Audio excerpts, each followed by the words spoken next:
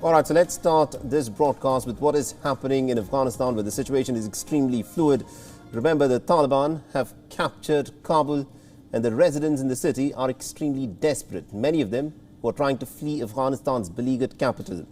There is an exodus that is presently underway in Kabul, but the Karzai International Airport authorities have now announced, believe it or not, the suspension of all commercial flights from the airport. Now, the closure of the Kabul airspace also means that Indian flights will not be able to operate now. Through the statement, the airport authorities have now called on the people to avoid crowding at the international airport in Kabul.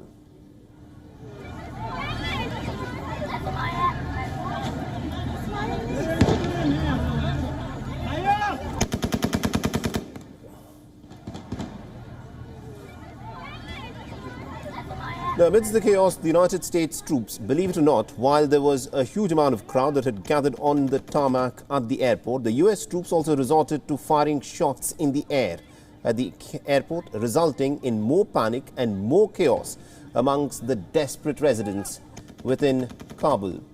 Now, after the takeover of the capital by the Taliban, remember, there are thousands of Afghans who have been trying to get out of the Afghan capital, Kabul. Thousands of Afghans had in fact crowded onto the tarmac in the hope that they could somehow catch a flight and go out of the country.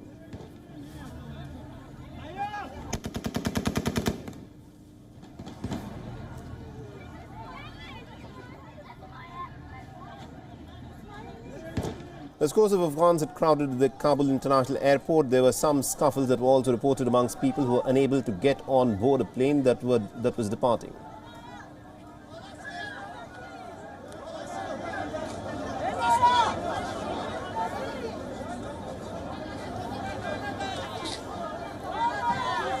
Now, there was another video that showed as to how people were shouting inside of an Istanbul-bound flight that reportedly could not take off.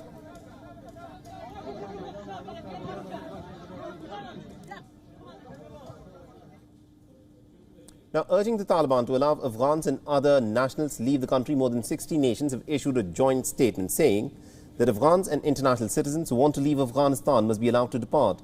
The US State Department has also further added that airports and border crossings must remain open. It has further added that those in positions of power and authority across Afghanistan now bear the responsibility and accountability for the protection of human life and property, and also for the immediate restoration of security and civil order.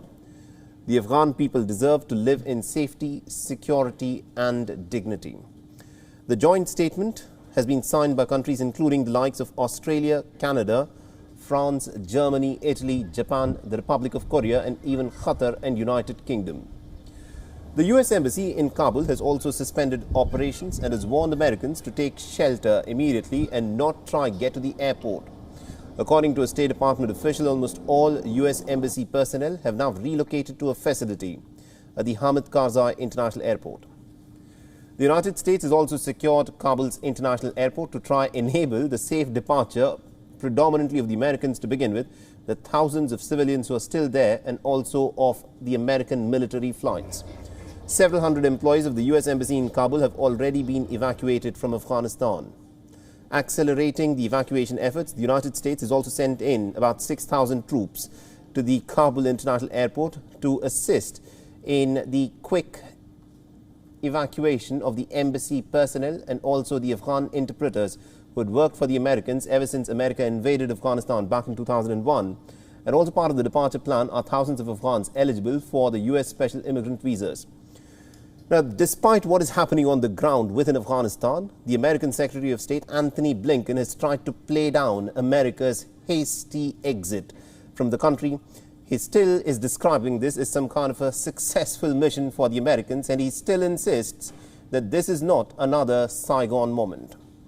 Step back. This is manifestly not Saigon. We're working to make sure that our personnel are safe and secure. We're relocating the men and women of our embassy to a location at the airport. It's why the President sent in a number of forces to make sure that as we continue to draw down our diplomatic presence, we do it in a safe and orderly fashion.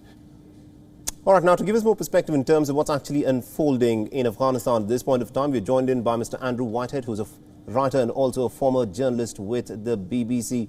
Mr. Whitehead, thank you very much indeed for joining us on this broadcast on WION.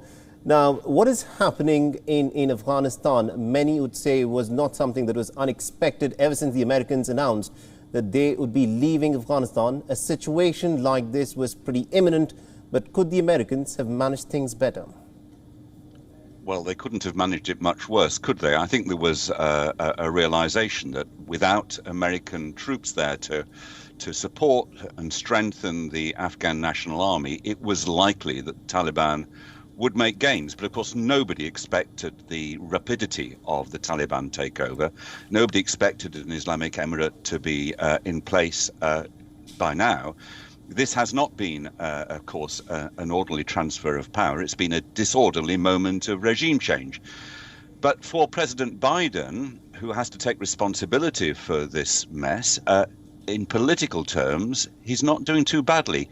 With the American voters, the military presence in Afghanistan was deeply unpopular. So his decision to pull out is not going to rebound, I don't think, politically, at least for the moment. But diplomatically, it's a disaster for the United States. Who would want to ally with a country which throws its allies under the bus? You know, how badly has this dented the prestige of the Americans? Looking at the manner in which the Americans have beaten a retreat from Afghanistan, many say that this is actually worse than the exit from Saigon. Well, it certainly has done a great deal of damage to America's global standing. The only people who will rejoice from this will be China. I mean, seeing their main rival discomfited.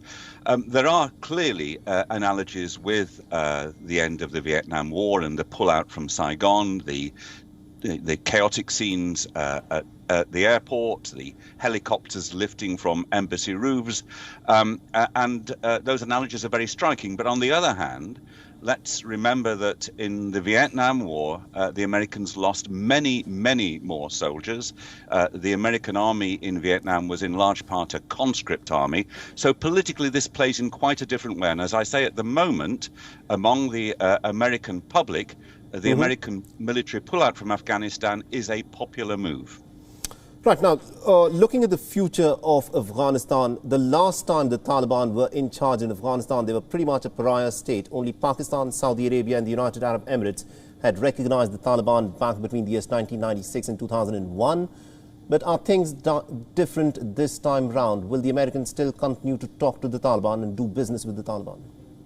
I think the Americans will be very reluctant to do business with the Taliban, at least for quite a while. I think a lot depends on what shape this Islamic Emirate takes. And some people, such as Sahel Shaheen, the Taliban spokesman in Qatar, who was in the previous Taliban rule for a while their ambassador in Islamabad, he says the Taliban have learnt from mistakes they made when they were in power in the 1990s. Let's see if that's the case. Let's see what they do about women's education, women's role in the economy. Let's see, in particular, whether they stick to their word in terms of not allowing Afghanistan to be used by violent jihadi groups. I think that will be the big litmus test. So there will be a willingness to engage in time, but only if the Taliban demonstrates that it has learnt from what went wrong for Afghanistan in the 1990s. And also, my last question to you is, the Taliban claims that it has changed, that it has in some ways mellowed down. But looking at some of the videos that have in fact emerged from the Afghan hinterland of public beatings, of you know, those very violent reprisals in some cases that have been reported within Afghanistan in places where the Taliban has been in charge, should we take Taliban at its face value when it claims that it has changed? I think probably not. I think they have to demonstrate that they have changed. I think there's a willingness among what seems to be the Taliban leadership to be more accommodating to the rest of the world, to try and make sure that under Taliban rule, Afghanistan this time round is not as isolated as it was in the 1990s.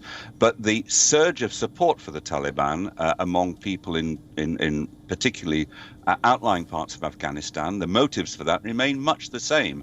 And I think at the local level, we're likely to see a replay of what happened 20 years ago. All right, we'll have to leave it there. Thank you very much indeed, Mr. Andrew Whitehead, for joining us and getting us those insights there.